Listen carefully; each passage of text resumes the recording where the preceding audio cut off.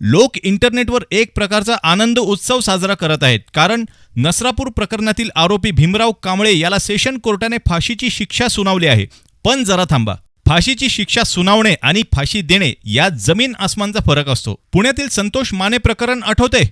संतोष मानेलाही कोर्टाने फाशीची शिक्षा सुनावली होती, मात्र नंतर ती शिक्षा कोर्टाने बदलून जन्मठेपेची केली. भारतात आतापर्यंत अनेक केसेसमध्ये गुन्हेगाराला फाशीची शिक्षा कोर्टाने सुनावली आहे, पण ती शिक्षा प्रत्यक्षात देण्यात आलेली नाही. यासाठी मुख्यतः 5 कारणे जबाबदार असतात.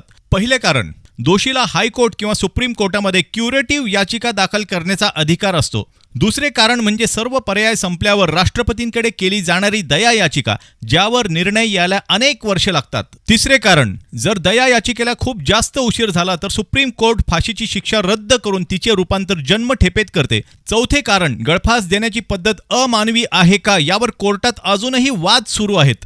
आणि 5वे कारण, आंतरराष्ट्रीय मानव अधिकार संघटनांचा विरोध आणि राजकीय दबावामुळे सरकार अनेकदा निर्णय घेणे लांबणीवर टाकते. त्यामुळे कोर्टाच्या या निर्णयामुळे सध्या कोणत्याही भावना व्यक्त करणे टाळा आणि त्या दिवसाची वाट बघा ज्या दिवशी खरा न्याय होईल.